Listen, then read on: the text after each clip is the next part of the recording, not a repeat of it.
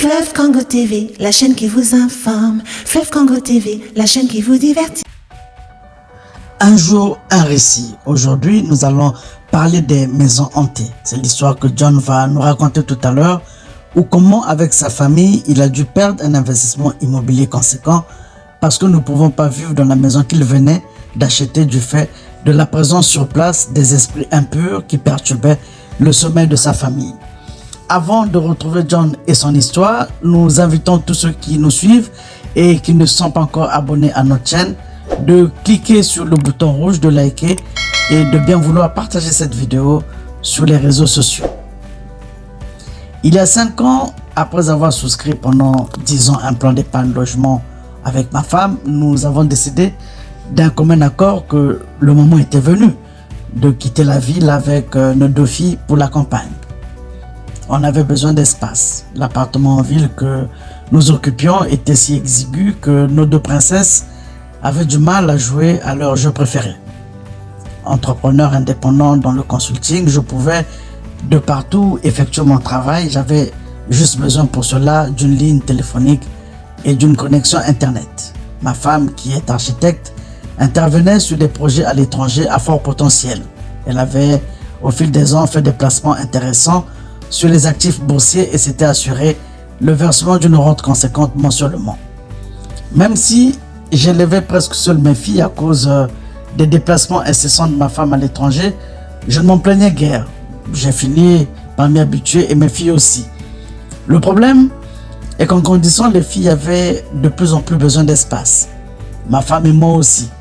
Nous avions besoin d'une grande superficie pour nous afin d'installer notamment une piscine et déployer des jeux en plein air et profiter surtout amplement de la vie en famille. On en avait besoin. L'environnement dont nous rêvions ne pouvait être qu'en campagne, forcément.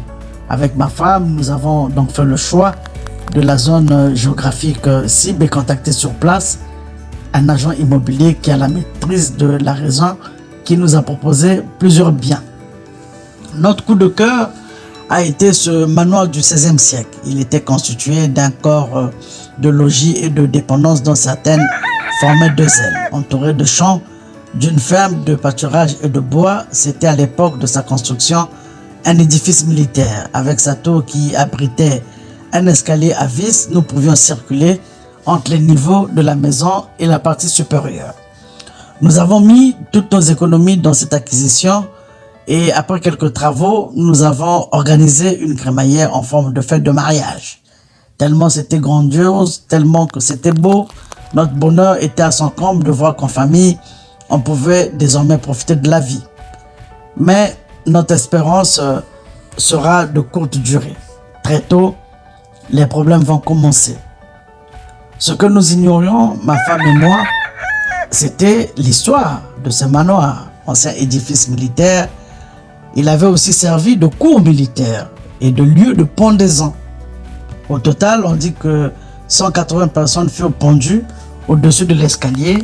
La salle d'audience où les causes étaient entendues était située au premier étage et nous utilisions ce premier étage comme étant le séjour avec nos filles.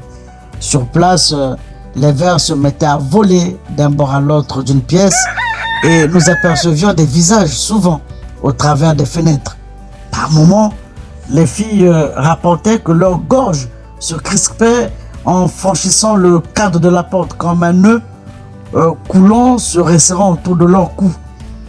C'est en fouillant dans la cave que nous avons, longtemps après, retrouvé la corde qui servait à pendre les coupables.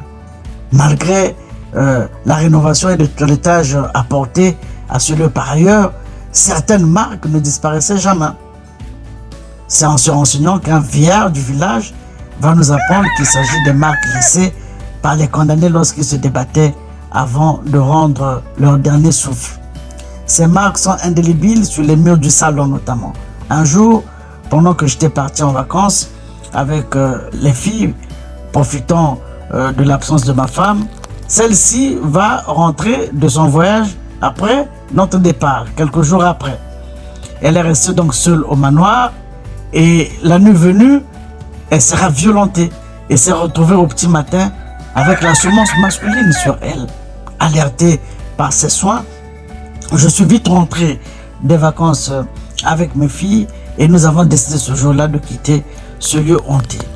Depuis, nous n'arrivons pas à revendre ce manoir et voilà déjà 5 ans aujourd'hui que nous avons dû trouver refuge chez mes beaux-parents. Mesdames, Messieurs, chers abonnés, vous venez de suivre cette histoire terrible rapportée par John. Pour tous ceux qui ne se sont pas encore abonnés à notre chaîne, n'hésitez pas de cliquer sur le bouton rouge, de liker et de partager cette vidéo sur les réseaux sociaux. Un jour, un récit, c'est fini pour aujourd'hui. Merci, au revoir.